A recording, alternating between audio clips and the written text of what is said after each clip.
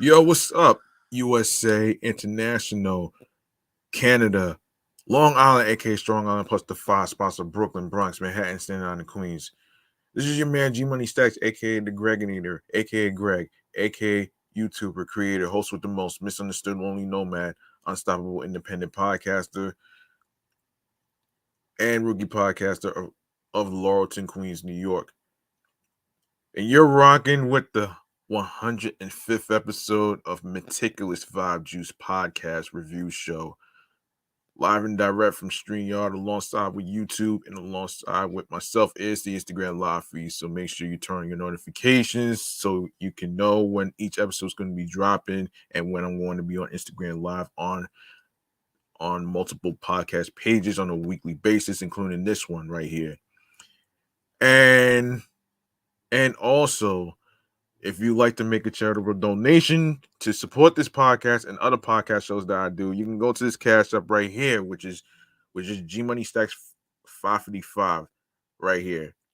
That's $ capital G lowercase MONEY capital S lowercase TACKZ 555. You don't need to have a lot of money to support someone like myself, but it's all about doing the best you can on whatever amount of money you decide to choose that you're comfortable with, that you desire will be appreciated. So, and you can also make a 5-star rating on Podchaser, Podfriend, um, Apple Podcasts, and Spotify. 5-star rating and a review will be appreciated.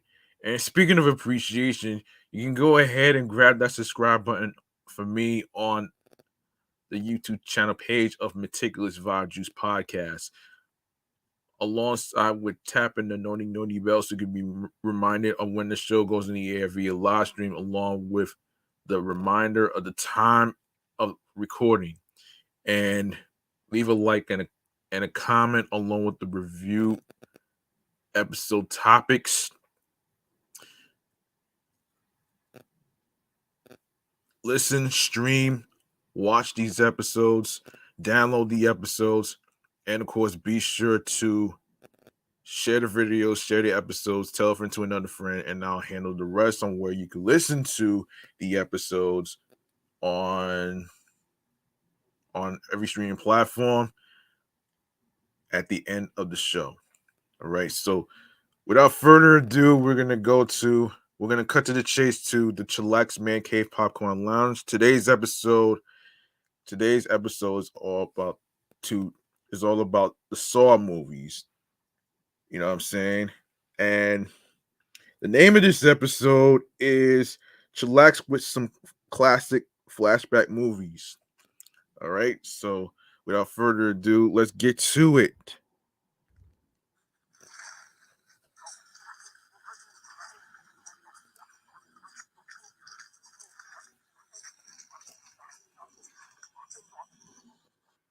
All right.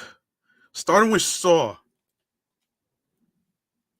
Yes, Saw is the first movie we're going to be talking about here and the rest of the Saw franchise. So, Saw is a 2004 American horror film directed by James Wan in his feature directorial debut and written by Leigh Whannell from a story by Wan and Whannell.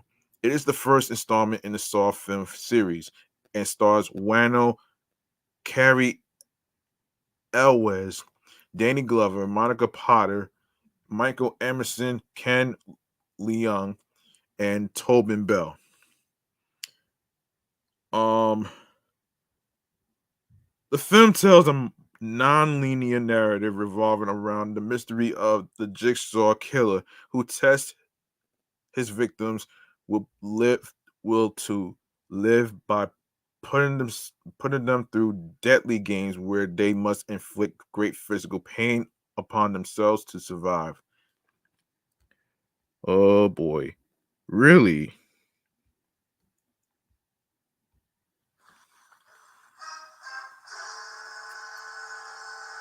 The frame story follows Jigsaw's latest victims who awaken in a large dia, dia, dilapidated bathroom. Sheesh. With one being ordered to kill the other to save his own family. The screenplay was written by Wano, who co-created the story with Wan in their respective screenwriting debuts. The film was originally written in 2001, but after failed attempts to get the script produced in Wan and Wano's home country of Australia, they were urged to travel to Los Angeles.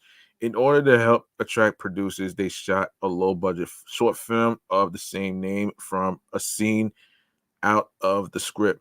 This proved successful in 2003 as producers from Evolution Entertainment were immediately attached and also formed a, a horror genre production label, Twisted Pictures. The film was given a small production budget and was shot in 18 days. Um, Saw was first screened on January 19, 2004 at the 2004 Sundance Film Festival before being released in North America on October 29, 2004 by Lionsgate Films. The film received generally mixed reviews from critics but grossed more than $100 million worldwide to become one of the most profitable horror films since Scream 1996. It was theatrically re-released to select theaters on October 31st to celebrate its 10th anniversary. The first sequel, titled Saw 2, was released in 2005. Now, the budget for this film is between $1 million to $1.2 million. And at the box office, it did $103.9 million. All right. Um, okay, so I'm not even gonna really gonna go into the production part. I'm just gonna cut to the chase and go to reception. All right, so Saw opened at number 3 on Halloween weekend 2004 and 2003 15 theaters and grossed $18.2 million behind Ray, which made $20 million, and The Grudge $21.8 million. According to Lionsgate's exit poll, 60% of the mostly male audience was under 25 years of age. Saw had also become Lionsgate's second best opening at the Fahrenheit 9/11's $23.9 million 2004. On its second weekend, an additional 152 theaters were added, bringing the theater count to 2,467. It dropped to number 4, making $11 million, a 39% drop from the opening weekend. And Saw opened in the United Kingdom to $2.2 million in 301 theaters, grossing a $12.3 million total in 7 weeks. Hold on a minute here. Give a shout out to Tree underscore Yana. Yeah, Tree underscore Yana. Thank you for viewing this. All right. So yes, so in Australia it opened in 161 theaters with 1.2 million and totaled out to 3.1 million dollars in 6 weeks. In Italy, the film opened on January 14, 2005 in 267 theaters to $1.7 million and grossed $6.4 million in 6 weeks. Saw opened to $1.5 million in 187 theaters in France on March 16, 2005 and made $3.1 million by the end of its 4-week run. Saw came to gross $55.1 million in the United States and Canada and $47.9 million in other markets for a worldwide total of $103 million. At the time, it became the most profitable horror film after Scream 1996. Yes. 10th anniversary theatrical re-release On October 31st, 2014, in horror of the film's 10th anniversary, Saw was released to select theaters for 1 week. The release earned $650,000, $650,051 in its opening weekend, and is the third lowest grossing wide opening. At the end of its run, the release had grossed $815,324, bringing the film's overall domestic gross to $56 million and 369 $56,369.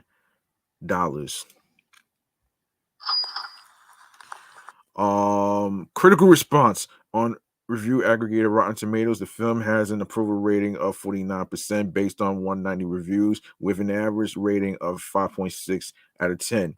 The site's critics consensus reads: Saw ensnares audiences with a deceptively clever plot and a myriad of memorable, nasty set pieces, but its lofty ambitions are undercut by a nihilistic streak that feels more mean than profound. Metacritic gave the film a weighted average score of 46 out of 100, based on 32 critics indicating mixed or average reviews. Audiences polled by Cinema Score gave the film an average grade of C plus on an A plus to F scale. Dennis Harvey of Variety gave the film a negative review after its Sundance premiere. He called it a circle concoction sewn together from the severed parts of prior horror serial killer picks. He called the screenplay convoluted, criticizing the use of flashbacks within flashbacks and red herrings. He described the film as being too hyperbolic to be genuinely disturbing. Carla Mayer of the San Francisco Chronicle gave the film a positive review, saying the film combined B movie acting with a twisted mindset and visual tricks designed to camouflage cheap effects, and that it was terrifying at some moments and insinuatingly creepy at many others. She called the killing scenes amazingly evocative for such a low budget movie.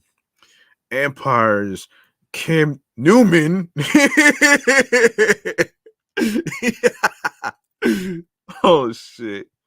Gave the film four out of 4 out of 5 stars. He said Saw is styled like early David Fincher films and boasts an intricate structure, complex flashbacks within flashbacks explain how the characters have come to this crisis, and a satisfying mystery to go with the ghastly claustrophobia.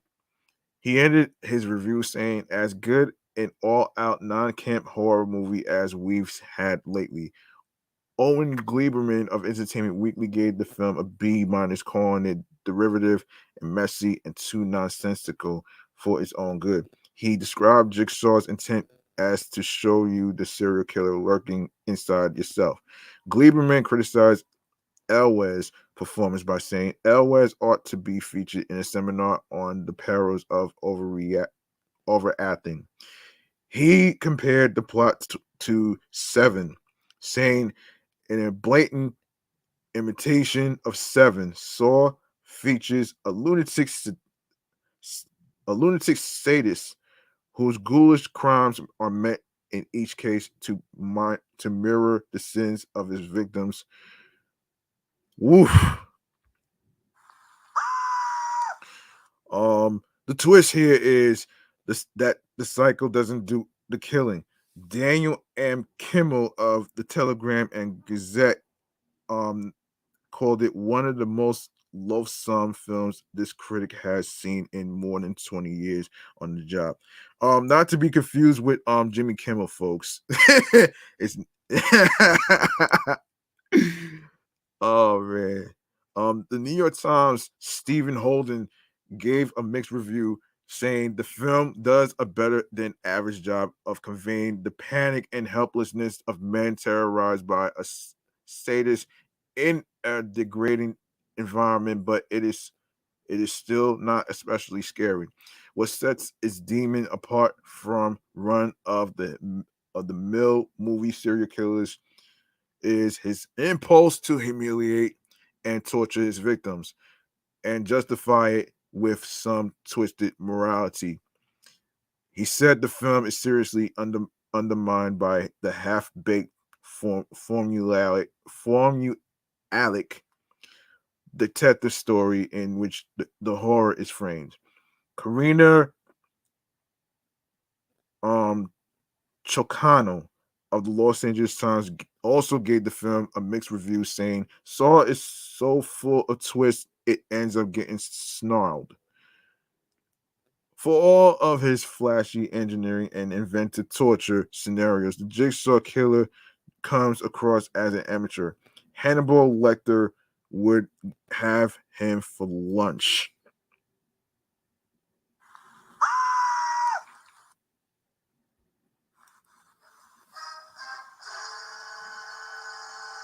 Okay, she said the film carelessly underscores its own shaky narrative at every turn with its mid-budget hokiness.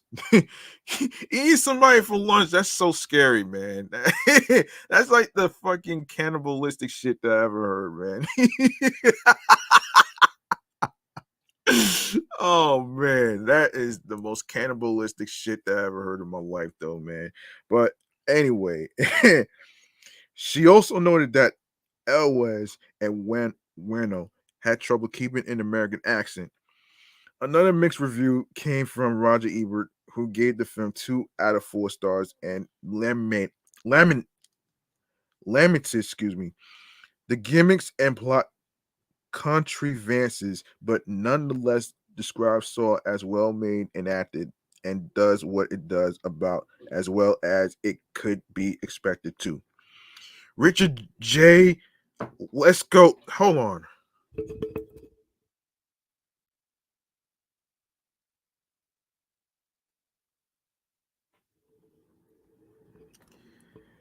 Yeah, sorry about that. Um. All right, where was I? Where was I? Okay, I know where I was. All right, so Richard J. Les, Les, Leskowski, Richard J. Leskowski of Campaign Urban Urbana's The New Gazette said Saw wants to be taken as another seven. Well, it seven is a different movie, man. Like I I don't understand the comparison though, man. But I know it sounds like a mimic gimmick, whatever, but it's a different movie, man. Like, really, come on. Though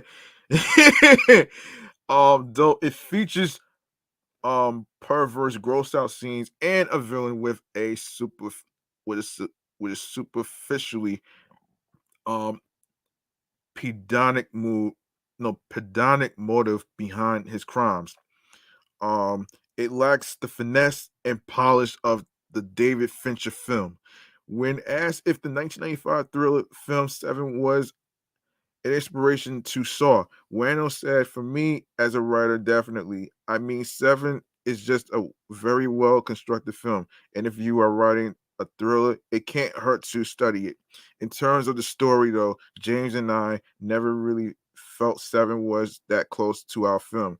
I guess if you stand back, you have." Two detectives chasing a psychopath who uses vile methods to teach people lessons, and those points echo Seven. What we always liked about Saw, though, was the fact that the story is told from the point of view of two of the psychopath's victims instead of the police chasing after them, as you so often see. Um, Horror review website Bloody Disgusting ranked the film 10th in its list of the top 20 horror films of the decade, with the article calling Saw um the most influential film of the decade. The Daily Telegraph listed the film number 14 on their top 100 list that defined the 2000s. All right, so All right, so our next movie is Saw 2. All right, let's get to Saw 2. Saw 2 is a 2005 horror film directed by Darren Lynn Bousman and written by Wano and Bousman.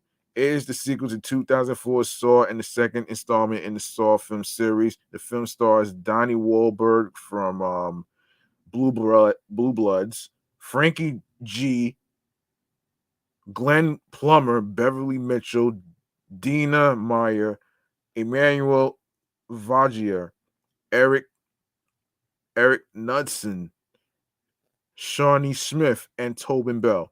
In the film, a group of ex-convicts are trapped by the Jigsaw Killer inside a house and must pass a series of deadly tests to retrieve the antidote for a nerve agent that will kill them in 2 hours.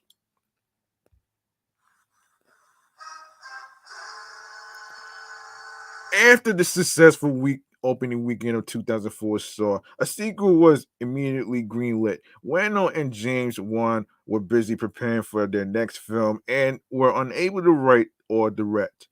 Boseman wrote a script called The Desperate before Saw was released and was looking for a producer, but many studios rejected it.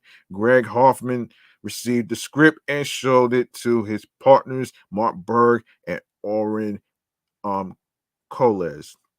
It was decided that with some changes, it could be made into Saw 2. Wano became available to provide rewrites of the script. The film was given a larger budget and was shot from May to June 2005 in Toronto. Saw 2 was released in the United States on October 28th, 2005 by Lionsgate. It opened with $31.9 million and grossed $88 million in the United States and Canada. It has remained the highest grossing Saw film in those countries. Bell was nominated for Best Villain at the 2006 MTV Movie Awards for his role as Jigsaw in the film. Saw 2 was released to home media on February 14, 2006, and top charts its first week, selling more than 3 million units. A sequel titled Saw 3 was released in 2003, which will be next.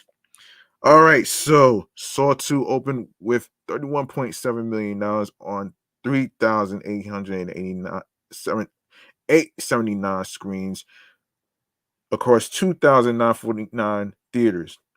The 3-day Halloween opening weekend set a Lionsgate record. Oof. Oh yeah. It became at the time the widest release the Disturber and one of the best opening weekends for a horror sequel. For its second weekend, it fell 47%, making $16.9 million. Saw 2 opened in the United Kingdom with $3.8 million on 305 screens, 70% larger than the first installment. It opened in Japan on 67 screens with $750,000.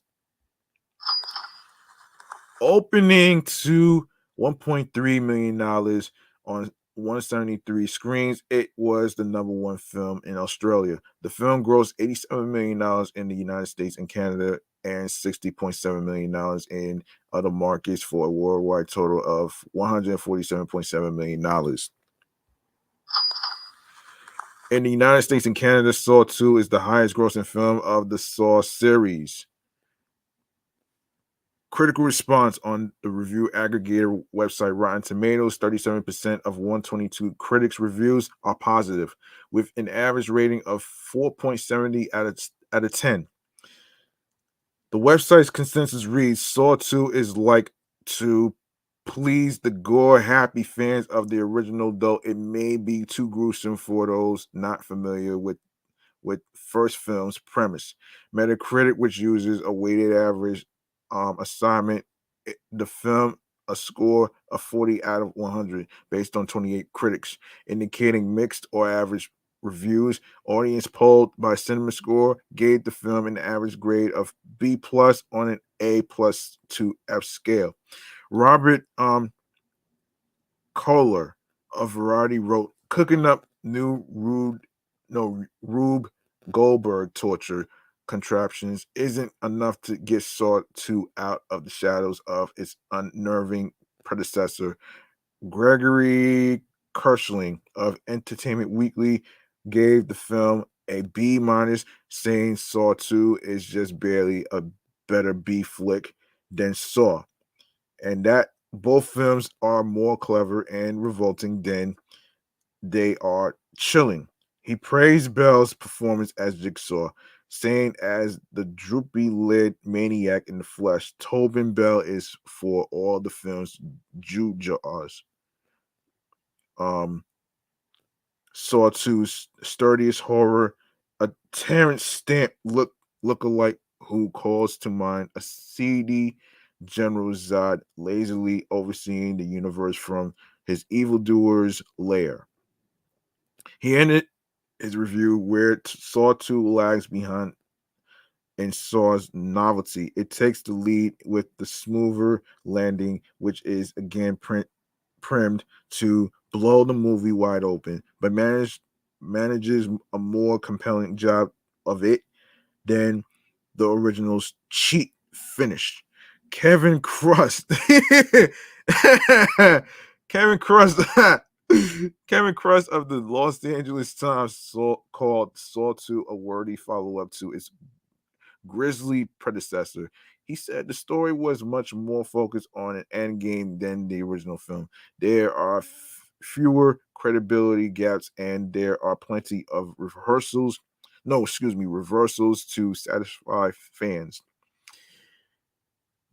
He criticized the use of numerous flashbacks, saying that it robs us of the pleasure of actually remembering for ourselves. Laura Kern, writing for the New York Times, said that Boseman delivers similar hardcore, practically horrorless frights and hair-raising tension, but only after getting past a shaky beginning that plays more like a forensic themed television show than a scary movie, and called Gutert's editing crafty. She called the sequel more trick than treat, and that it doesn't really compare to its fine predecessor, though it still manages to be eye-opening in itself. Empire's Kim Newman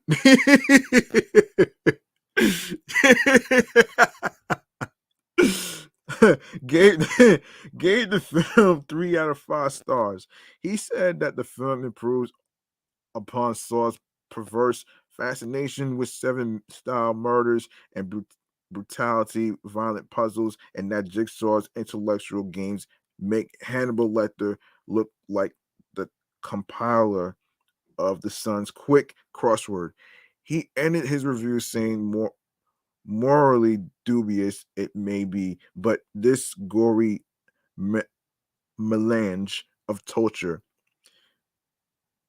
terror, and darkly humorous depravity ap- appeals to the sick puppy within us all. So let's go to the accolades. Tobin Bell was nominated for Best Villain at the 2006 MTV Movie Awards for his role as Jigsaw, though the award went to Hayden Christensen for his role as Darth Vader in Star Wars Episode 3 Revenge of the Sith. Okay, so Directors Guild of Canada. Um, Recipients includes Rob Batola, Tom Bajelic, Alan Fong, Mark Gingras, John Lang, Paul Shikata, John Douglas Smith got nominations for Outstanding Sound Editing Feature Film. Tobin Bell won for Best Villain for the Fangoria Chainsaw Awards. Tobin Bell got nominated for Best Villain for the MTV Movie Awards. Um, Donnie Wahlberg got a nomination for Choice Movie Scream for the Teen Choice Awards. So there you have it right there. And now we go to Saw 3. Saw 3 is a 2006 horror film directed by Darren Lynn Bousman from a screenplay by Leigh Whannell and a story by Whannell and James Wan. It is the third installment in the Saw film series. The film stars Tobin Bell, Shawnee Smith, Angus McFadden, Bahar um, Sukmek, and Dina Mayer. The plot follows Jeff Denlin, a man whose son was killed by a drunk driver who is put through a series of tests by Jigsaw meant to help him overcome his anger towards the killer driver. Meanwhile, John Kramer, now bedridden due to progression of his cancer, has his apprentice, Amanda Young, kidnapped Dr. Lynn Denlin, Jeff's wife, who is tasked with keeping John alive for one final test before his death. Jeez. Yeah, so for the budget, it was $10 million. Okay, so much like its predecessor Saw 2, the film was immediately greenlit after the successful opening weekend of the prior film.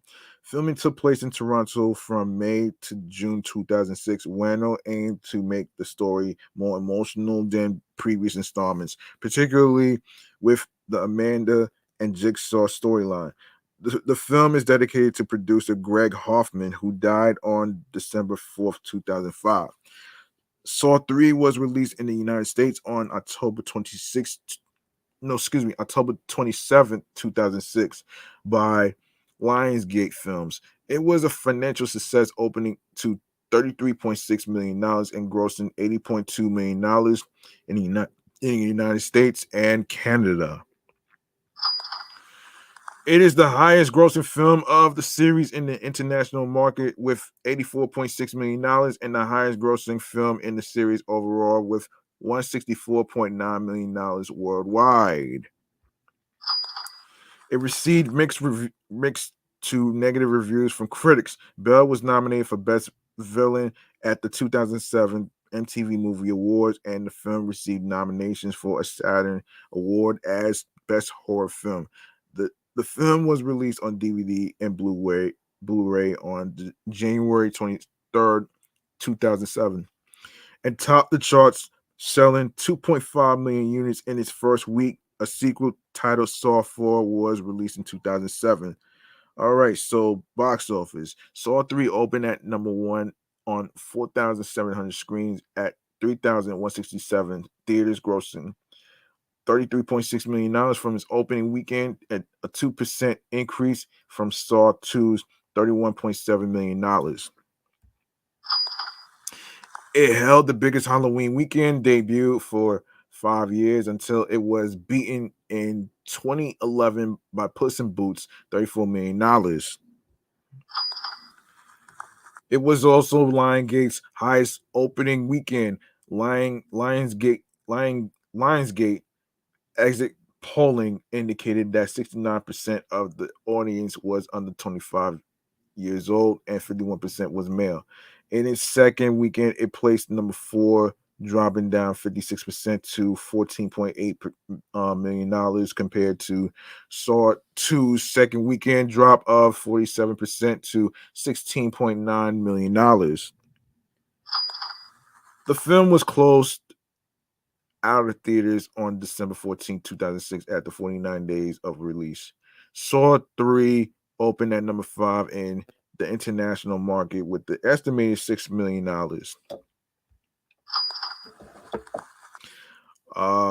It opened at number 1 in the United Kingdom to $4.7 million.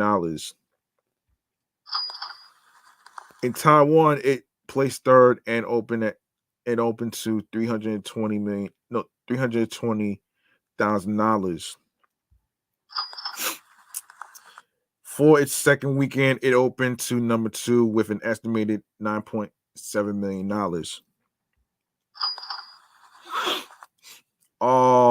In Spain, it made $3.1 million, an improvement over the previous films. For its third weekend, Saw 3 grossed $8 million, including Japan's opening on 86 screens with $1.1 million. Australia made $4.3 million. Spain grossed $3.8 million. And Brazil made $3.8 million.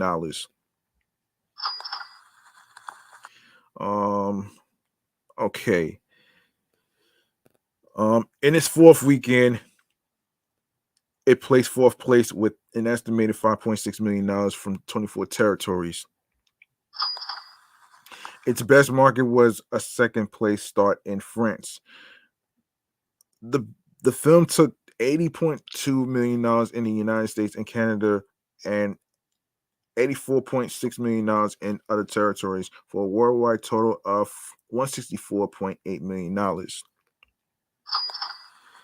Saw 3 has the highest grossing weekend in the series, holds the records of highest grossing in the international market, and is the highest grossing film in the series worldwide. It is also Lionsgate's fifth highest grossing film in the United States and Canada. Critical response. The film was not screened in advance for critics. Review aggregator Rotten Tomatoes gives the film a score of 28% based on 92 reviews and a rating average of 4.23 out of 10. The site's consensus states, in quote, Saw 3 does a little beyond repeating its predecessors' tropes on a gorier level. At Metacritic, which assigns a weighted average score out of 100 to reviews from mainstream critics, the film received an average score of 48 based on 16 reviews, indicating mixed or average reviews. CinemaScore polls reported that the average grade moviegoers gave the film was a B on an A plus to F scale. Variety's Robert Kohler, gave the film a mixed review. He criticized the use of several flashbacks in the film, saying that it hindered the movie, ratcheting down its tension and pace. He explained a bigger problem lies with Leigh Whannell's script, which utilizes so many flashbacks and explanatory inserts that the tension, a defining feature of the first Saw, is lost. He did, however, praise the acting. Roger Moore of the Orlando Sentinel gave it 2 out of 5 stars, criticizing the plot and acting. San Francisco Chronicle's Peter Hartlub gave the film a negative review, criticizing the plot. Michael Adonia of the Los Angeles Times said that more gore is really all Saw 3 has to offer. Owen Gleiberman of Entertainment Weekly gave the film a C. Randy Cordova of the Arizona Republic gave it a negative review, saying Saw 3 is devoid of any suspense of terror. Empire's Kim Newman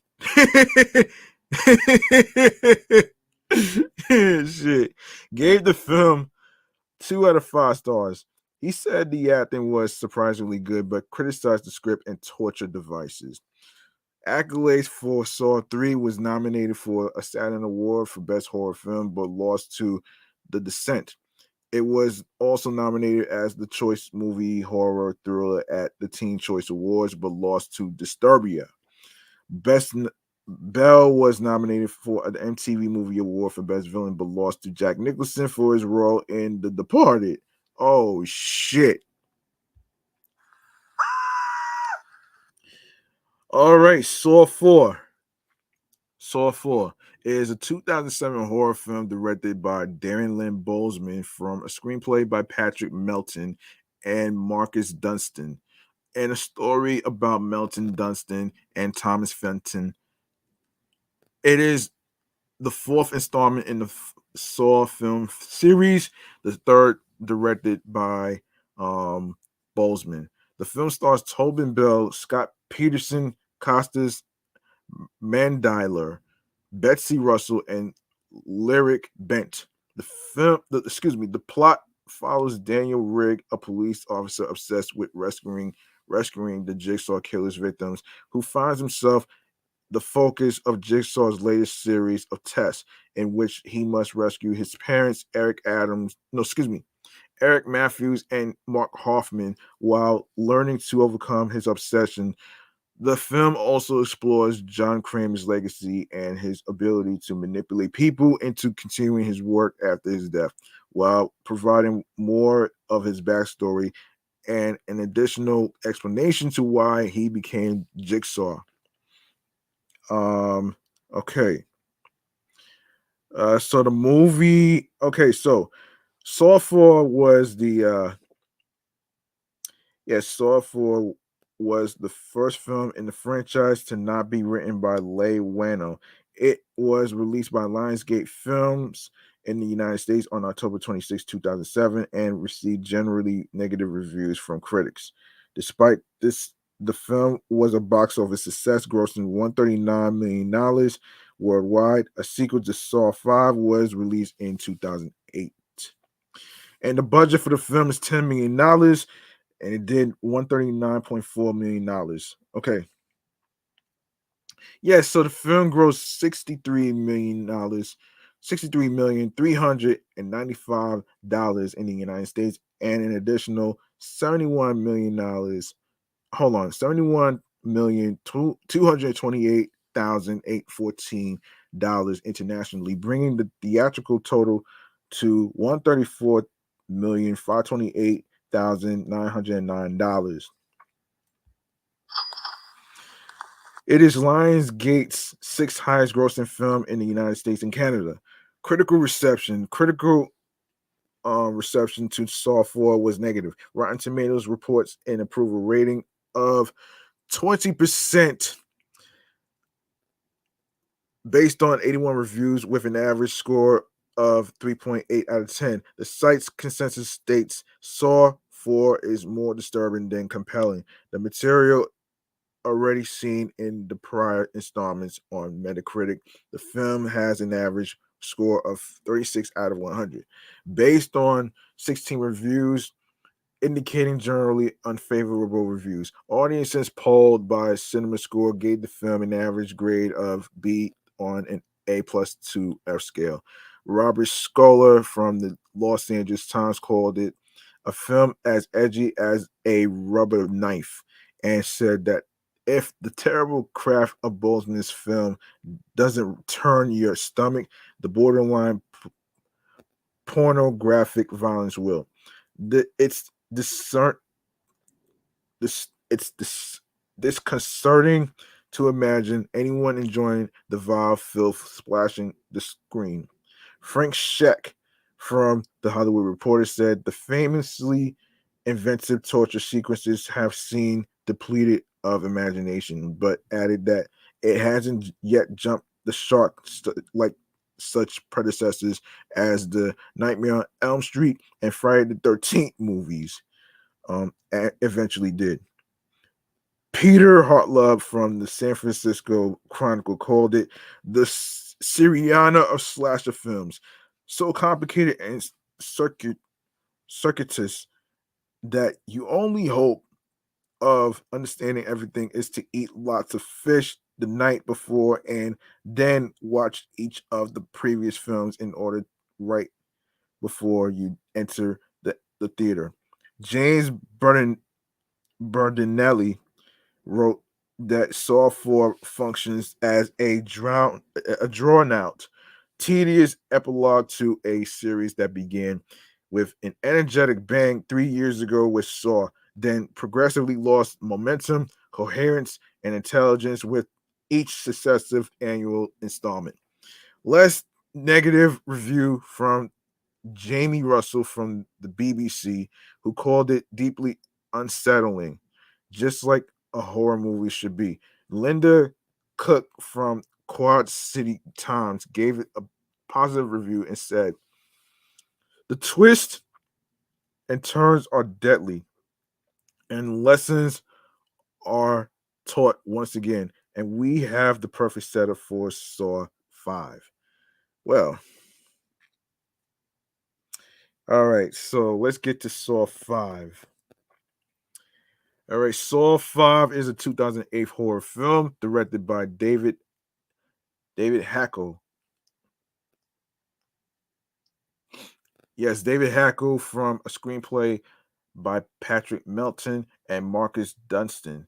It is the fifth installment in the Saw film series. The film stars Tobin Bell, Costas Mandyer, Scott Peterson, Betsy Russell, Mark Rolston, Julie Benz, Carlo Rota, and Megan Good.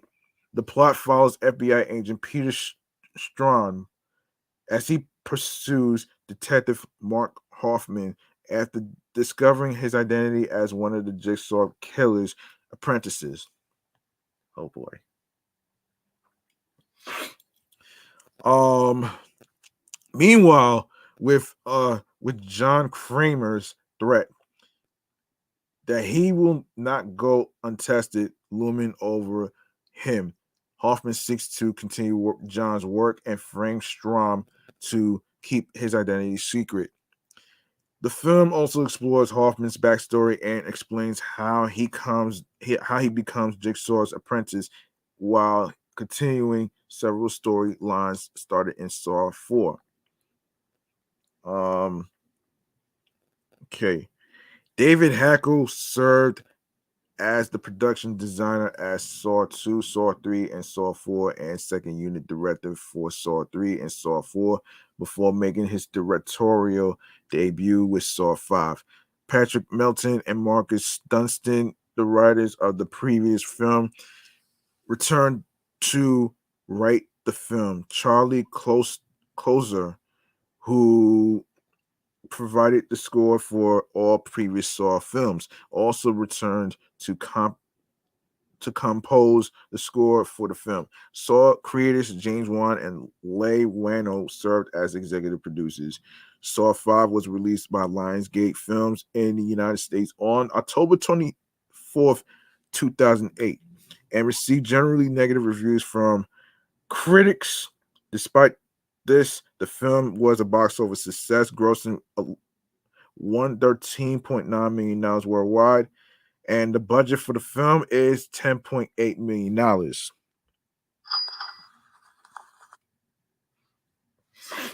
All right. A sequel, Saw 6, was released in 2009. All right. Let's get to Saw 6. Saw 6 is a 2009 horror film directed by Kevin Grutert in his feature directorial debut from a screenplay by Patrick Melton and Marcus Dunstan. It is the sequel to 2008 Saw 5 and sixth installment in the Saw film series. The film stars Tobin Bell, Costas Mandylor, Betsy Russell, Mark Ralston, Peter Atterbridge, and Shawnee Smith. Sheesh. So similar to its predecessor, Saw 6 maintains the focus on the posthumous effects of the Jigsaw Killer and the progression of his successor, Detective Mark Hoffman. The plot follows an insurance executive who must complete a series of deadly games set up by Hoffman in order to rescue his employees. Meanwhile, the FBI comes to suspect that Agent Peter Strom, who was framed by Hoffman as being Jigsaw's successor, was not actually Jigsaw's accomplice and reopens the investigation, drawing Hoffman into motion to protect his secret identity. Grutert um, served as editor for all the previous Saw films before making his directorial debut with Saw 6. Melton and Dunstan, the writers of both Saw 4 and 5, returned to write the screenplay, and Charlie Closer, who provided the score for all previous Saw films, composed the score. Filming took place in Toronto from March to May 2009 with a budget of $11 million. Yes, that's the budget right there. Yes. Yes, Saw 6 was released in the United States and Canada on October 23rd, 2009. The film went on to gross over $68 million worldwide, the lowest grossing Saw film at all at the time, but still a financial success compared to its small budget. The film the film received mixed reviews from critics, with some criticizing the acting and others praising Gritter's directing. It is the second highest rated film in the series, only after the first film. A sequel, Saw 3D, was released in 2010. Okay, box office. So, Saw 6 opened in 3,036 theaters on 4,000 screens and earned $6.9 million on its opening day, in second place behind Paranormal Activity, which grossed $7.5 million that day during its second weekend of wide release. Um, it grossed $14.1 million in its its opening weekend, which is the lowest of all the Saw films. It remained at number two behind Paranormal Activity, which was playing on only 64% as many screens as Saw 6, but made 67% more money. Um, on Halloween weekend, it moved down to number six and made $5.2 million, a 63% decrease in ticket sales from the previous weekend. By its third weekend, it declined in sales by 61% and was removed from 945 theaters. It fell into 11th place with $2 million. By its fourth weekend, ticket sales declined by 78%, and the film was pulled from 1,314 theaters. It made 449,512.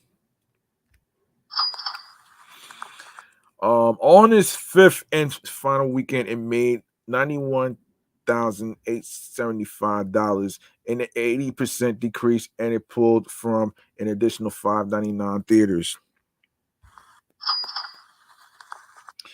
Um, It was being shown in 178 theaters by the end of its run. The film closed out of theaters on November 24th, 2009, after 35 days. Saw 6 began its international run in 10th place with $4.7 million on 946 screens in 11 markets. It opened in the United Kingdom in second place behind Up, grossing $2.6 million on 375 screens. In Australia, it opened at fourth place with earnings of $846,000 on 164 screens. In its second week, it came in eighth place with $4.4 million on 1,229 screens in 20 markets for a total of $11.8 million. The film opened in third place in Russia with $1.1 million on 273 screens, while it fell to fourth place in the United Kingdom with $1.5 million on 381 screens over the weekend for a total of $6.1 million.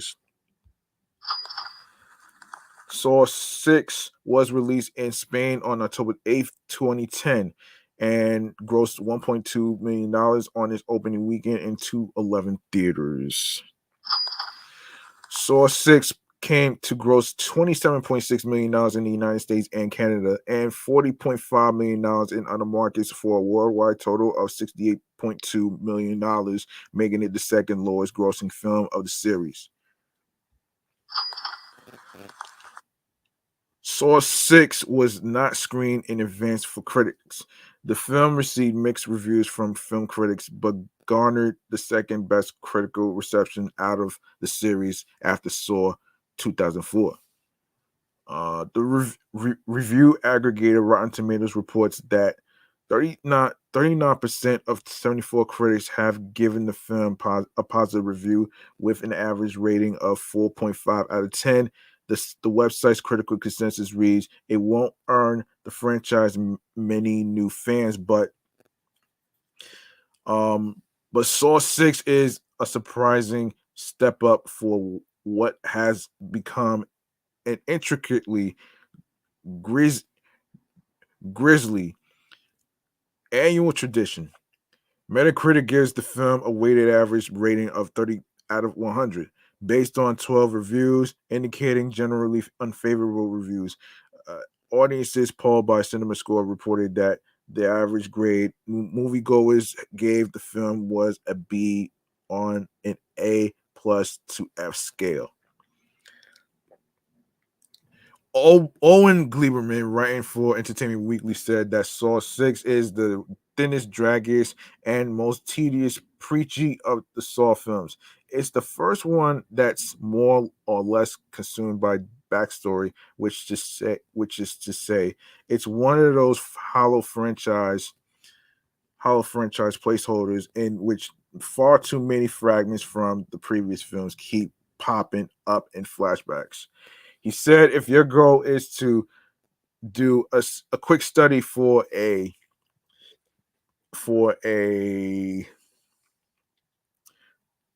round of Saw Trivial Pursuit, then this may be the movie for you. If you are looking to be jolted into fear or queasy laughter, skip this sequel and hope that the producers get their sick act together next time. Rob Nelson of Variety wrote, "Squeezing another pint of blood from its torture porn corpus. Lionsgate stays again with Saw 6, a film so frighteningly familiar it could well be called Saw It Already." Yeah, that's not gonna work with that title. That's not gonna work with that title, man. Saw it already.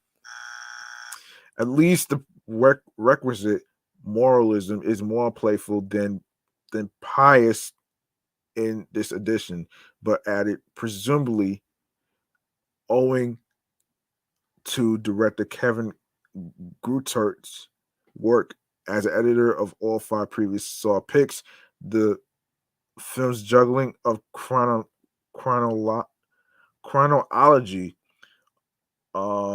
is the franchise's best. IGN's Christopher Monfett rated Saw 6 3 out of 5 and wrote, while Saw 6 certainly offers a redemption from the series and the promise of a coming power struggle for Jigsaw's legacy, Saw 6 will no doubt mark the time to either shake things up or watch this franchise get the axe.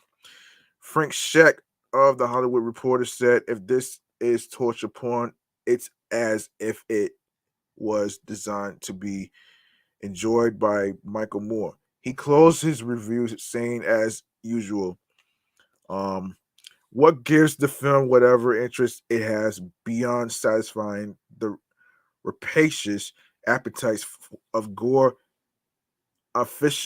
aficionados is the moral element attached to the various Rube Goldberg style set pieces. Here is an exemplified by a well staged sequence in which a man must choose who lives or dies during a particularly lethal variation of musical chairs. Roger Moore, writing for Orlando Sentinel, gave the film 2 out of 5 stars. He said the script has a more lyrical bent and a more satiric bite than any other Saw sequels. The called the acting perfunctory on most fronts. The Los Angeles Times, Robert Abel gave the film a negative review, writing, but really do reformers and victims of callous health insurers really want a guy with a penchant for elaborately constructed death panels of his own to be their advocate. Elsewhere, the usual critiques apply: terrible acting, zero suspense, laughable logic, and the promise of another one next year.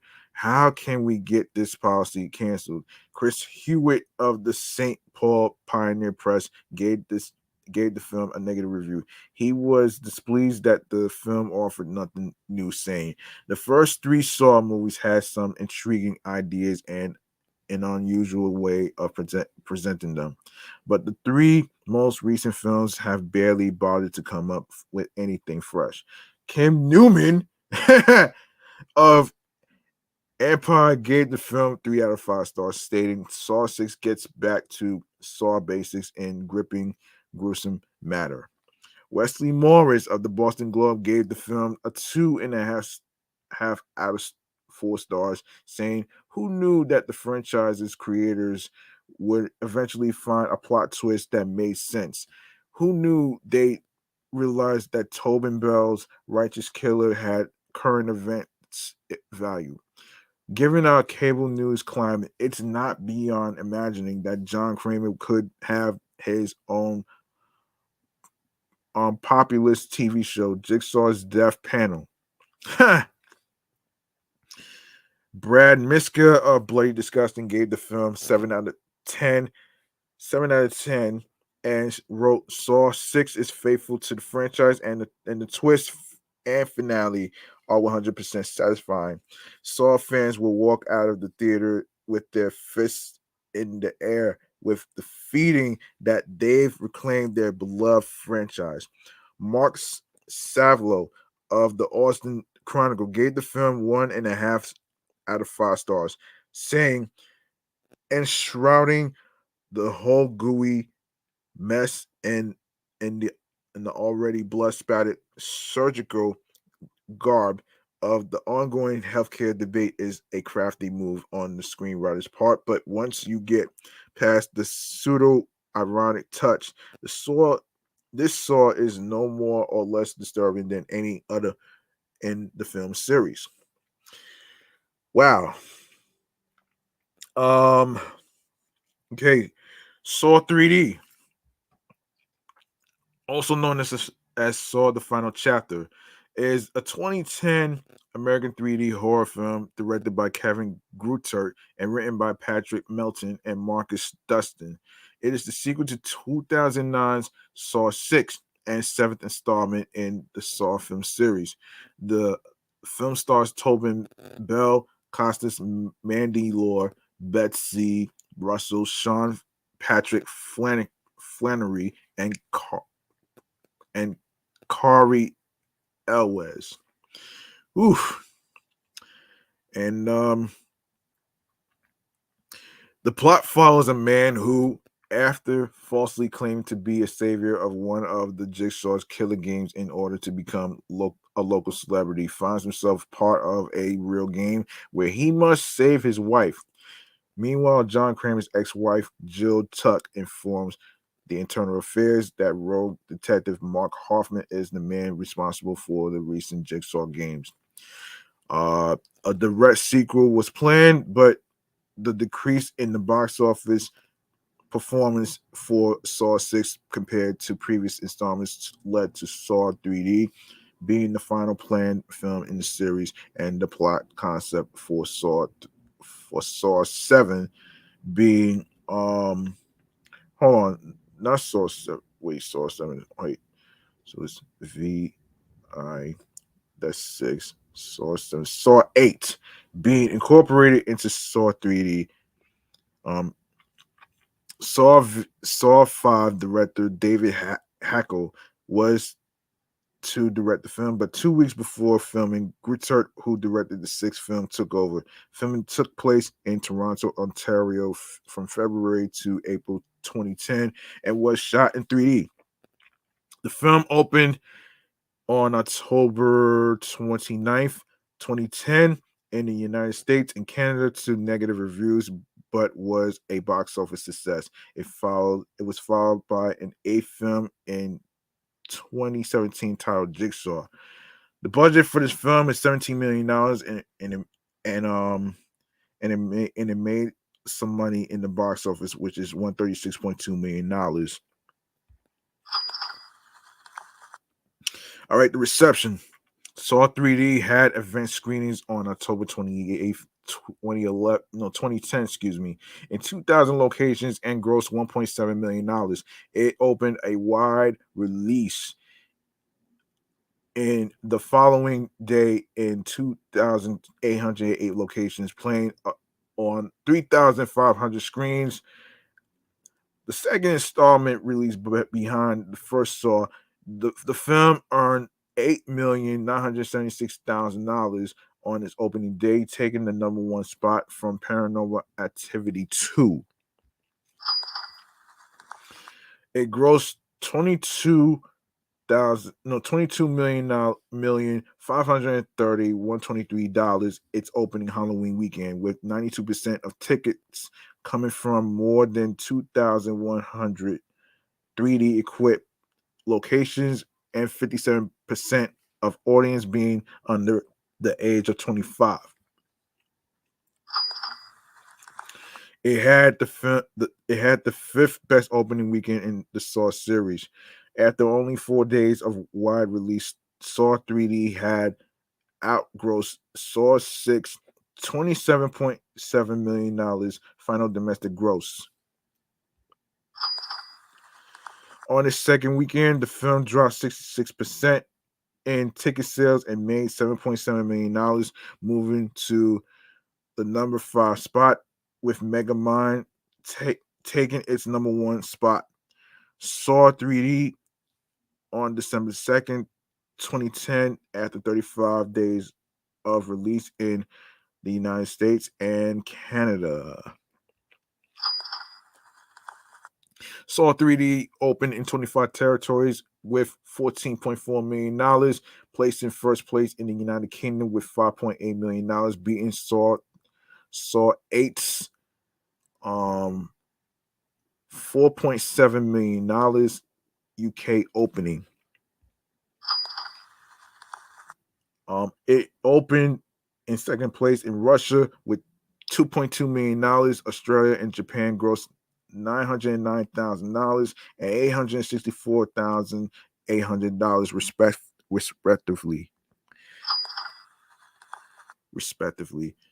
Saw 3D grossed $12.8 million in the United Kingdom, Ireland, and Malta, $10.9 million in Germany, $7 million in Italy, $5.3 million in Russia, and $2.4 million in Australia. The film has grossed $45.7 million in the United States and Canada, with $90.4 million in other markets, for a worldwide total of $136.1 million. Critical response: as with the previous 4 Saw films, Saw 3D was not screened in advance for critics. Review aggregator website Rotten Tomatoes reported an approval rating of 9% based on 81 reviews. The site's critics consensus reads, in quote, sloppily filmed, poorly acted, and illogically plotted, Saw 3D leaves viewers trapped in the most lackluster installment of the series. Metacritic gave the film a weighted average score of 24 out of 100 based on 17 critics, indicating generally unfavorable reviews. Audiences polled by CinemaScore gave the film an average grade of B- on an A+ to F scale. Luke Thompson of E! Online gave the film a B. He called the film's gore over the top and in your face, while admitting the film had an unusual amount of self-parody. He said the central storyline of the films was beginning to feel played out. Rob Nelson of Variety gave the film a negative review. He called the film relentlessly repugnant that would please fans, but offered no surprise. He went on to say, apart from these limb-pulling set pieces, tech credits appeared fairly shoddy, as do any 3D effects that don't include flying viscera. The editing relies on lazy flashbacks, while the dialogue remains as horrific as the killings. Kim Newman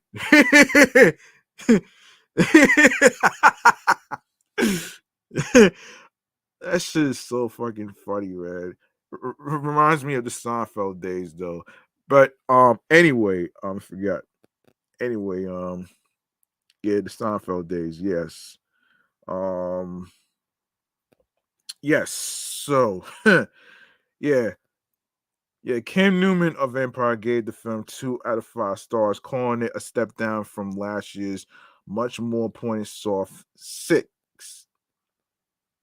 He criticized the repetition of the plot, but thought bringing back Jigsaw survivors was a nice idea. He closed his review with, "There are a scattering of inf- infallibly cringe-making horrors, but on the whole, Saw 3D could do with more depth."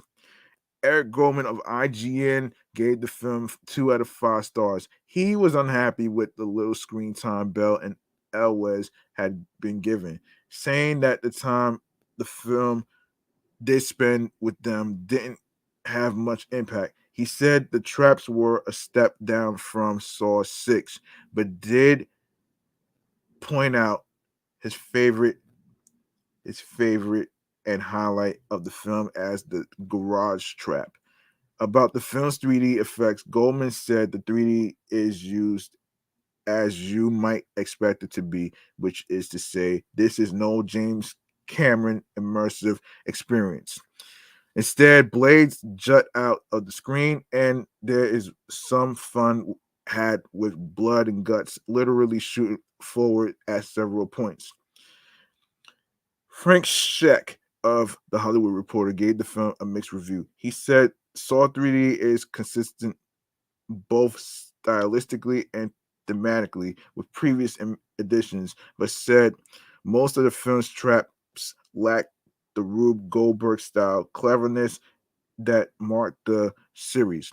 Sheck went on to say that it was unfortunate that creators killed Bell's character so early in the series and called Mandela's character an exceedingly bland stand-in. He called the visual impact of the 3D negligible. Roger Moore of the Orlando Sentinel gave the film 1 out of 5 stars, saying it's all bunk and has been for years.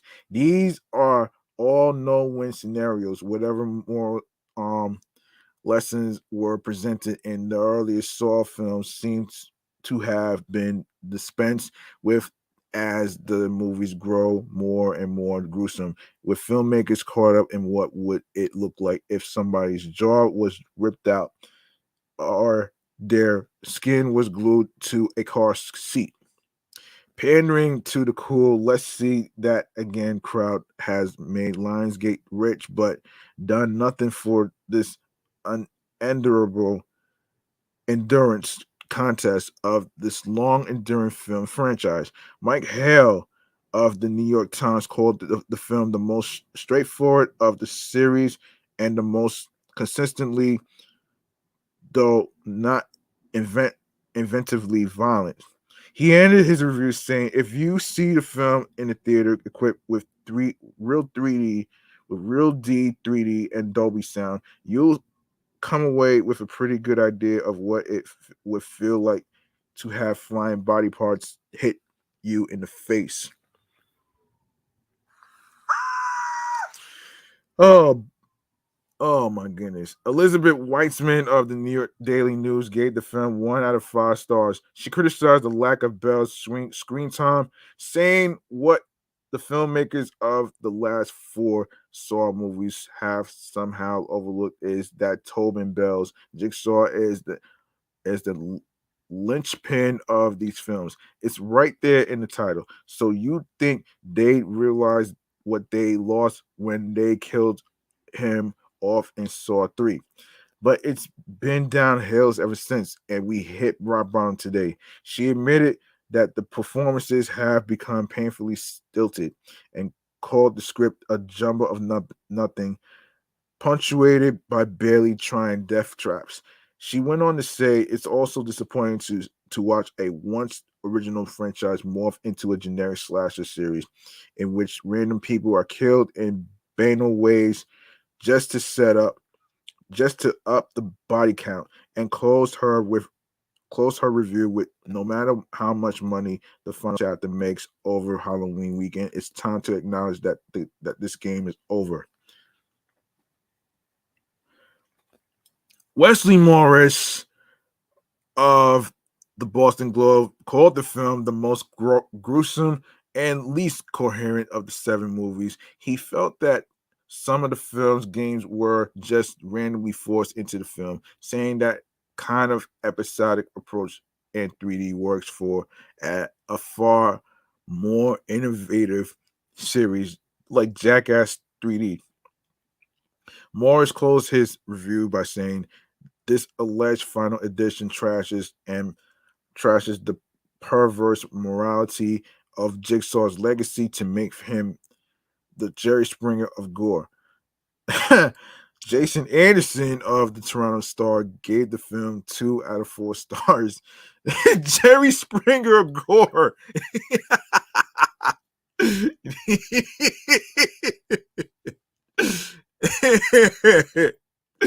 Oh shit.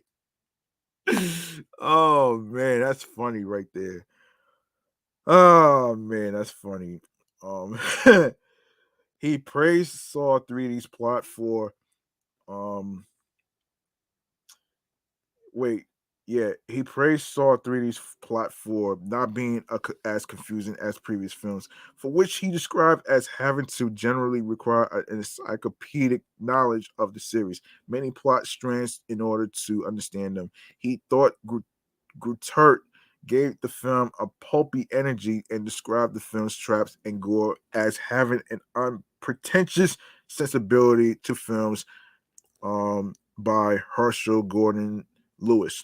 Allen of the Radio Times gave the film 4 out of 5 stars, saying, though the film initially borders on parody, once the ever ingenious trapping begins using fish hooks, super glue, ovens, and dental equipment, the chills run on turbo drive right through the greatest hits flashback finale. He implied that the shock scenarios were borrowed from sources as such as A Man Called Horse and the work of Lucio Fosi.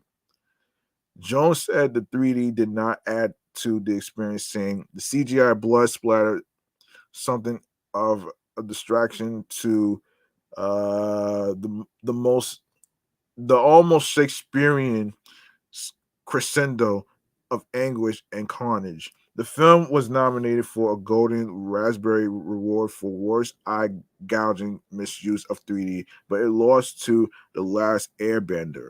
Oh, wow. Wow. And of course, Jigsaw is the last film. Jigsaw is a 2017 American horror film directed by the Spirit Brothers and written by Josh Stolberg and Peter Goldfinger. It is the 8th installment in the Saw film series and stars Matt Passmore, Callum Keith Rennie, Clee Bennett, and Hannah Emily Anderson. Oh wow. So the film takes place 10 years after the death of John Kramer, also known as the Jigsaw Killer, who was responsible for a series of elaborate murders designed to test the wills of his victims. However, a new series of murders began to occur that seemed to be inspired by Kramer's methods. A group of 5 people are abducted and placed in a series of deadly traps, each designed to test their loyalty and willingness to make sacrifices for the greater good. Saw 3D, released in 2010, was originally deemed the final installment of the series before Lionsgate commissioned the production of Jigsaw from a pitch by Stolberg and Goldfinger. Early development began in 2013, with the production officially starting in 2016 on a budget of $10 million. The film was released by Lionsgate Films in the United States on October 27, 2017. Jigsaw received generally unfavorable reviews from critics and grossed a total of $103 million worldwide. A ninth installment, um, a ninth standalone installment in the series, Spiral from the Book of Saw, was released in 2021. Oh boy. Oh boy. So in the United States and Canada, Jigsaw was released alongside Thank You for Your Service and Suburg Icon, and was projected to gross around $20 million from 2,941 theaters in its opening weekend. It made $1.6 million from Thursday night previews at 2,400 theaters. Hold on.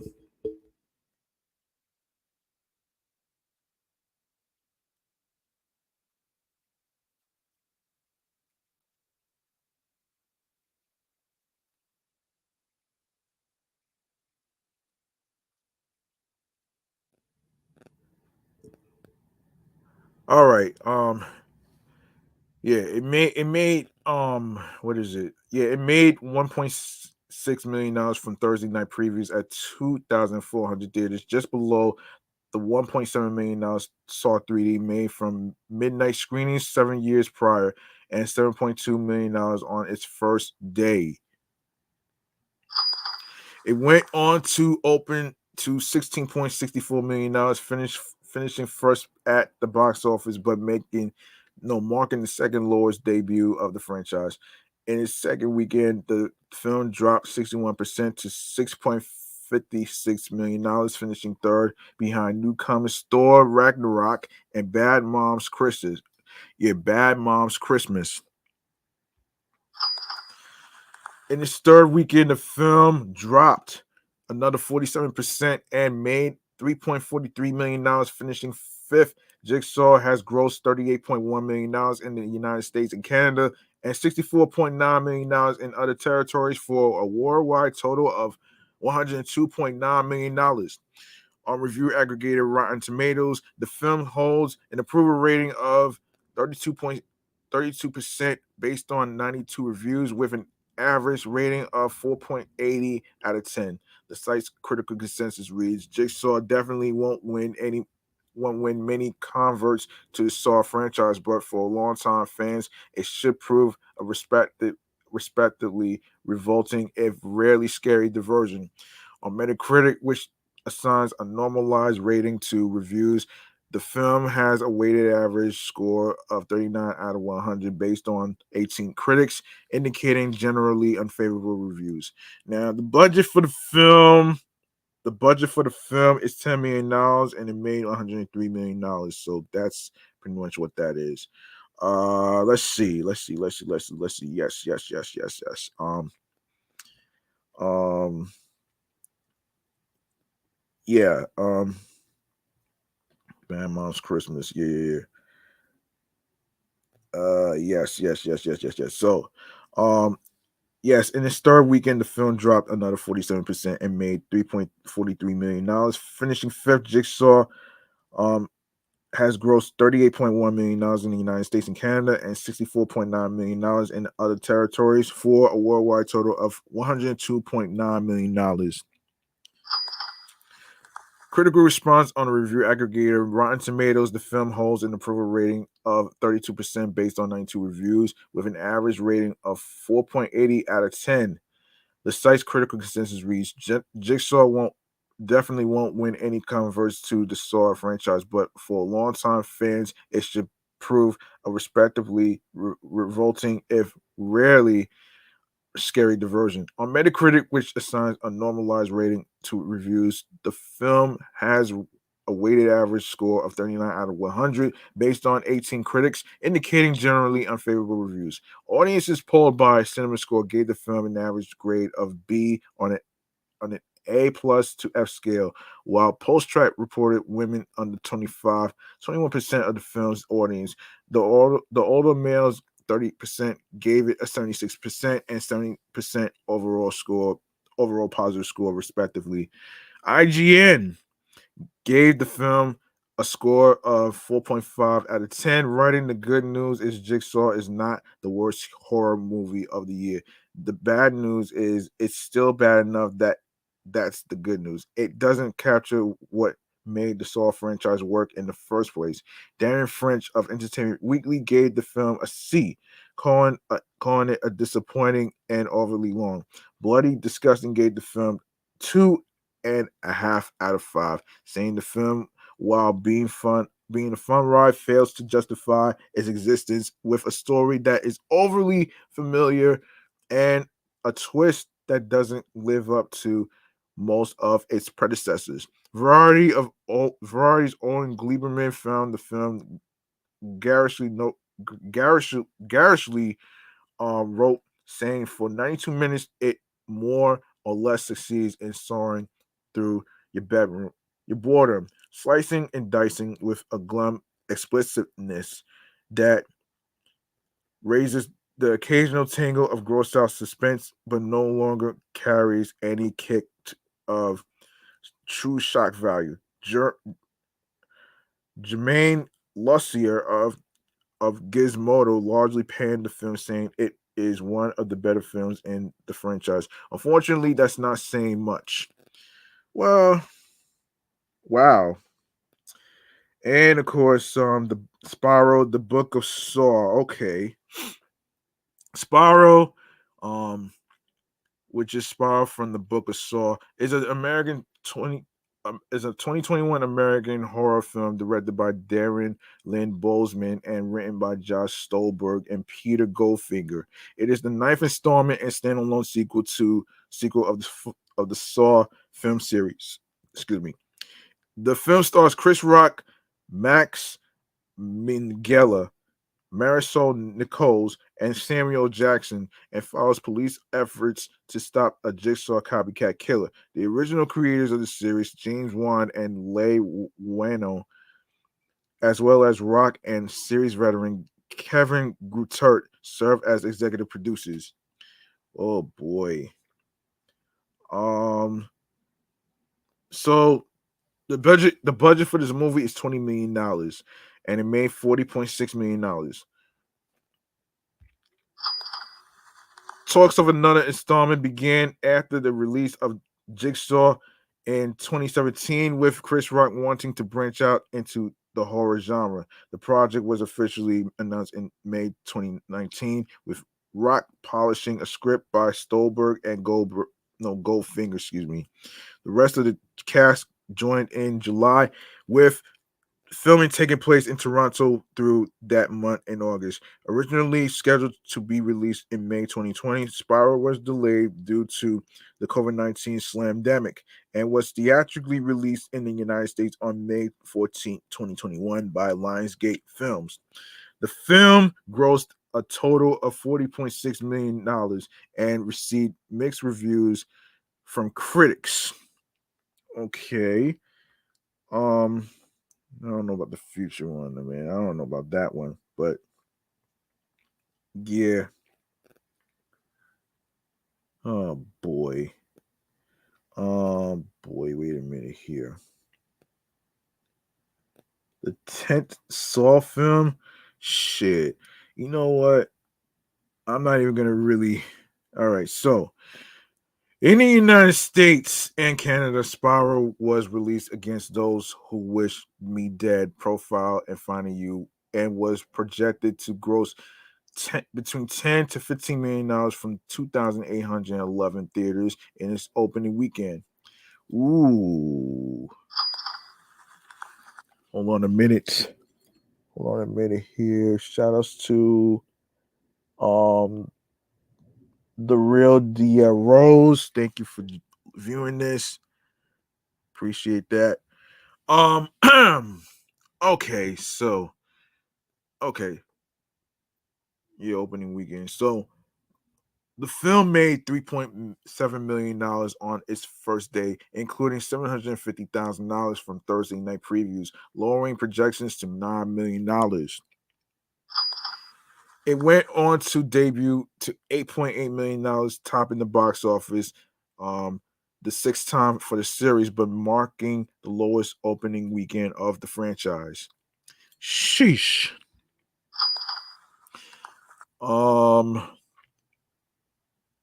for the weekend of the franchise. Okay, audiences reported on were 56% male and 75% under the age of 35 with a positive response, appearing more frequently along the east coast of the United States. It remained in first place the following weekend, dropping 48% to $4.6 million. Spiral grossed $23.2 million in the United States and Canada and $17.3 million in other territories for a worldwide total of $40.6 million. Critical response is review aggregator website Rotten Tomatoes reported an approval rating of 37% based on 226 reviews. The site's critics consensus reads Spiral from the book of Saw suggests an interesting new direction for the Saw franchise, even if the gory sum is rather less than its parts. Metacritic gave the film a weighted average score of 40 out of 100 based on 33 critics. Based on 33 critics. Hold on a second. Shout outs to hold on a second. Shout outs to It's Mecca Renty. Yeah. Yeah, shout outs to you for viewing this. Thank you very much. Um yes. So yeah. So where was I? Yes.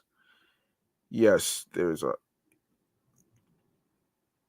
yes, so the site's wait a second. The site's critics' consensus reads Spiral from the book of Saw suggests an interesting new direction for the Saw franchise, even if the gory sum is rather less than its parts. Metacritic gave the film a weighted average score of 40 out of 100 based on 33 critics, indicating generally unfavorable reviews.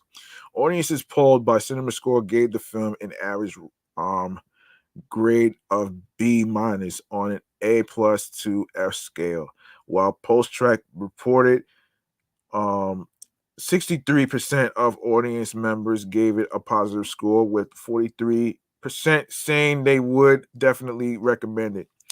In his review for Variety, Owen Gleiberman wrote that the film takes an unexpected twist or two, but considering that that it's a thriller pegged to the issue of police immortality.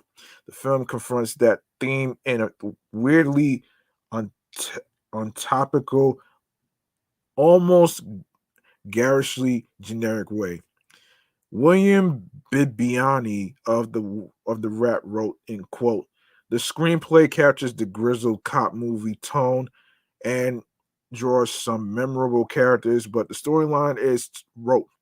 The mystery is frustratingly predictable, and the imaginative depths are less imaginative than ever. Spiral sacrifices entertainment value for respectability, and in the process that doesn't quite achieve either." From the Hollywood Reporter, Lovier G- um, Gaiocchi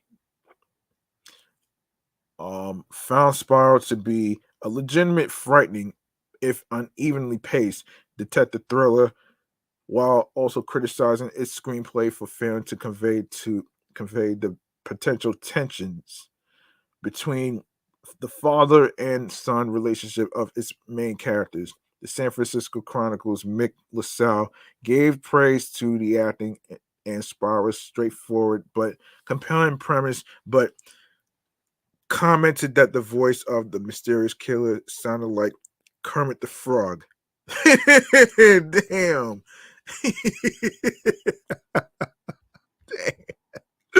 Oh shit.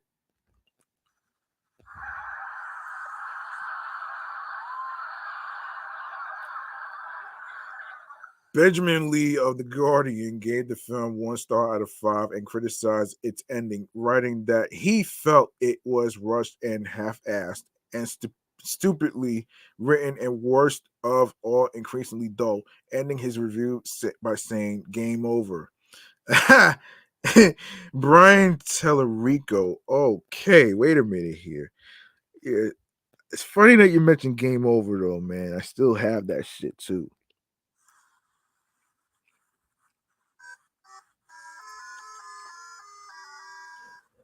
All right.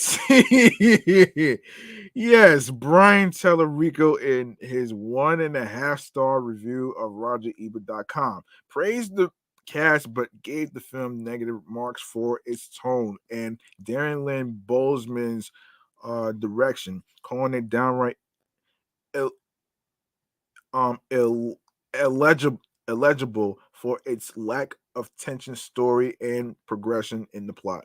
Lena Wilson of the New York Times praised the opening scene but found it to be the only good part of the film, concluding that the premise is disingenuous.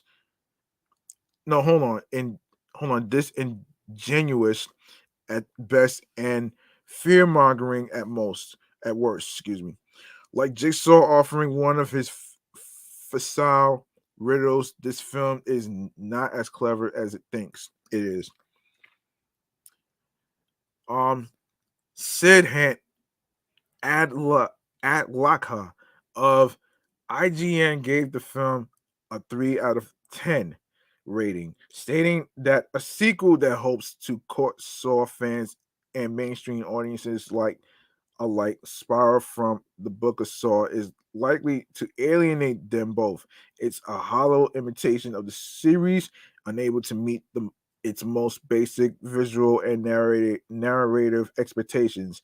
It's also a bad film in general, which tries to tell a socially relevant story that can't seem to handle. He also criticized the film for its lack of connection to the Saw franchise, stating that Spiral from the Book of Saw is barely a Saw film, delivering only briefly on the visceral thrill of mutilation and on none of the series' other tenets.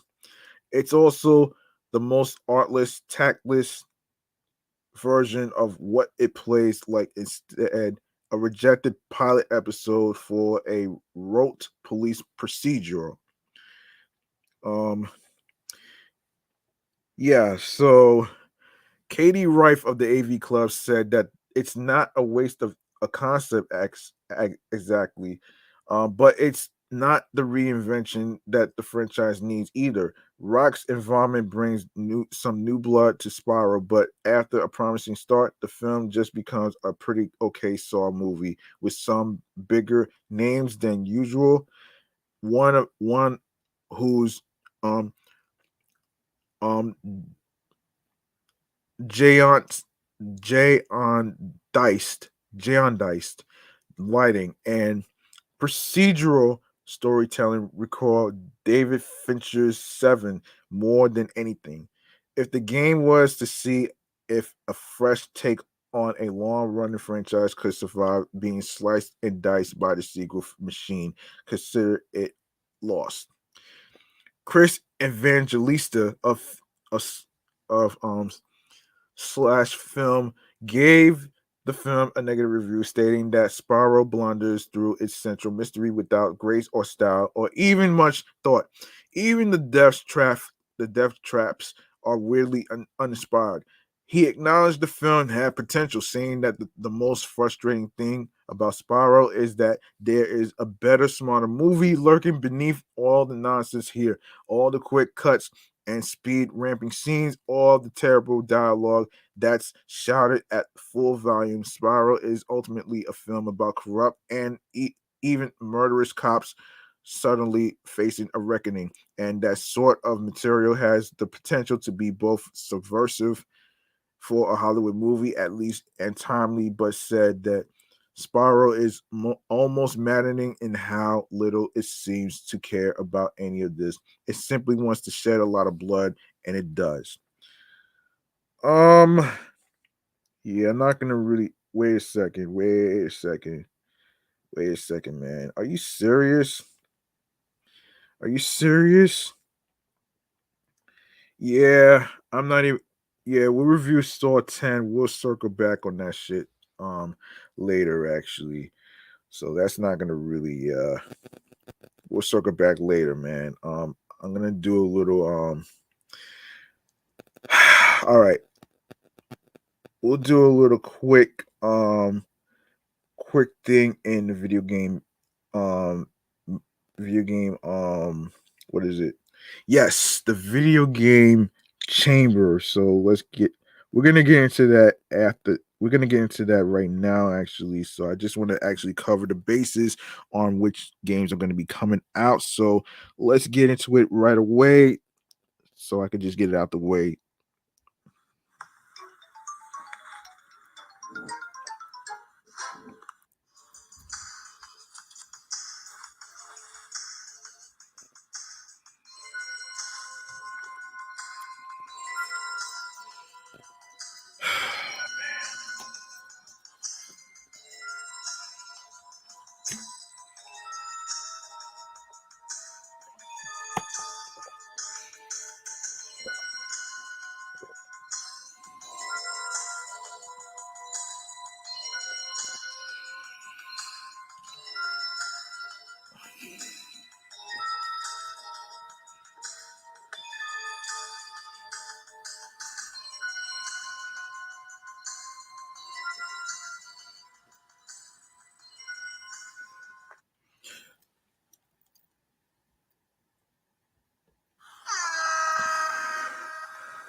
Okay. Let's see. Let's see. There's some stuff that we have to cover. Hold on a minute here. So, obviously, for today, today is the 22nd of December. There's some games that actually came out already. So there's Melatonin for Nintendo Switch. There's Naraka, Blade Point, Xbox One, v- Valkyrie Profile Lenneth, PlayStation 5 and PlayStation 4, which comes out today. And the previous ones that came out already are Turnip Boy Commits Tax Evasion, Kaji Wars, Potion Craft, Mortal Shell, Coffee Shop Tycoon, and yeah, that's about yeah, and of course, there's Blacktail, Melatonin, River City Girls 2, and I think that's about. Wait a minute here. Let's take a look at what's in the gaming news and stuff. So, let's get into that right there. All right, so some news that came out today. So let's see. Most recently, most recently, um,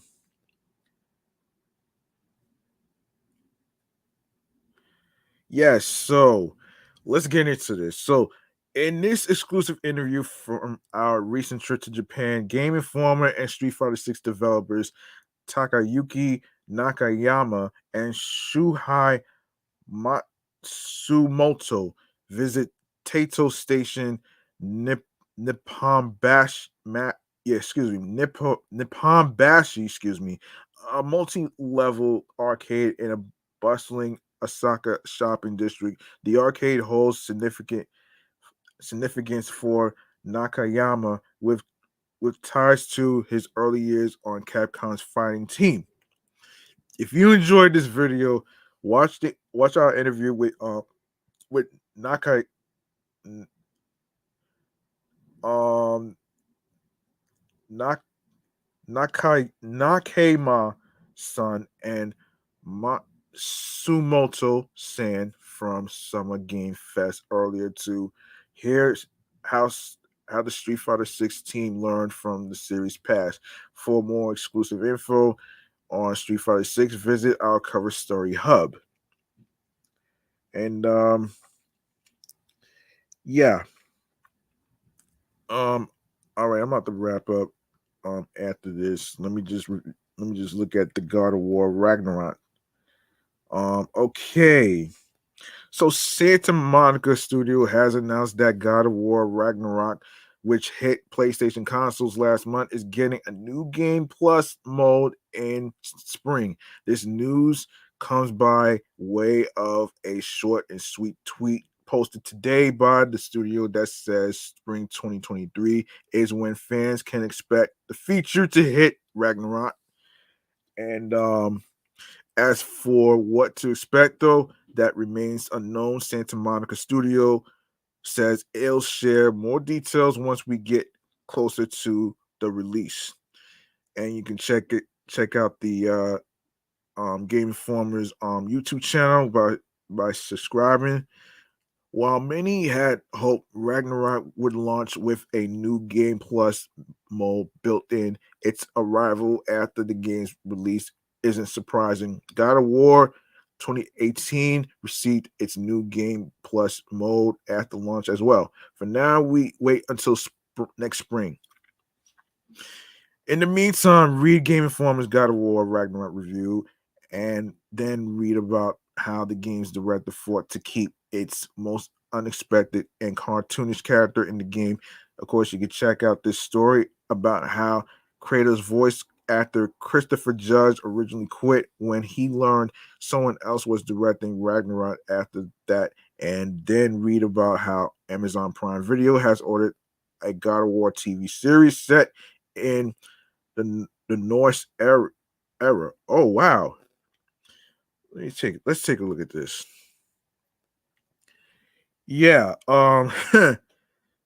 that's crazy, man. I didn't even know they was making a TV series. Wow. Wow, wow, wow. Um yeah, that's crazy though, man. Yeah, they're making a TV series and shit. Um wow. All right, this is gonna have to wait till next time. I'm going to actually consider myself wrapping up this show right here.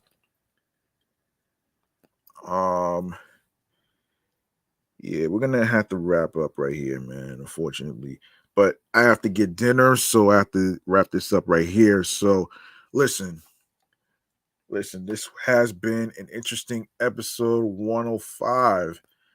Um and and of course without further ado, we're gonna go to our last segment of the day, which is stream choices on the go. Man, let's do this.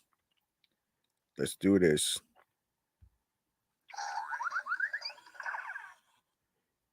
Yes, of course. If you love what you heard in terms of the review topics that was discussed today or any previous episodes whatsoever, of course, you can go ahead and please show your love by following Meticulous Vibe Juice Podcast, the review show that's on Instagram, alongside with my sports edition show of Excellent Fun Vibrant Talks podcast, and my number one show with 219 episodes of Off the Meat Rat Chains New York podcast on Facebook and Instagram, and alongside of myself, which is myself, G Money Stacks 555 in Queens, New York. Turn on your notifications so you can know when I'm going to be in um on Instagram Live to record weekly episodes and stuff. Now, here's the deal.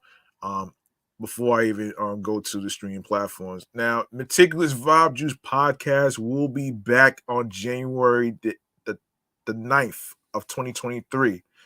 Now, don't worry, there's going to be a couple of episodes that I'm going to be recording this week, and then after that, we're going to be taking off for Christmas break and New Year's and all that other stuff. So I just want to actually get a chance to refresh and all that other stuff right there. So we're gonna get that. We're gonna get that over with. Um so yes. So yes, that's the deal for 2023. January 9th, 2023 is when Meticulous Vibe Juice podcast review show is going to be back. All right. So And speaking of audio streaming platforms, you can go to the link that says Linktree/Meticulous Vibe Juice Pod um podcast, Meticulous Vibe Juice Podcast. The link tree is what it says on Instagram, and you're gonna see a whole list of audio streaming platforms that's included. And and for the most part, you can leave a voice message on anchor.fm/Meticulous Vibe Juice Pod/message.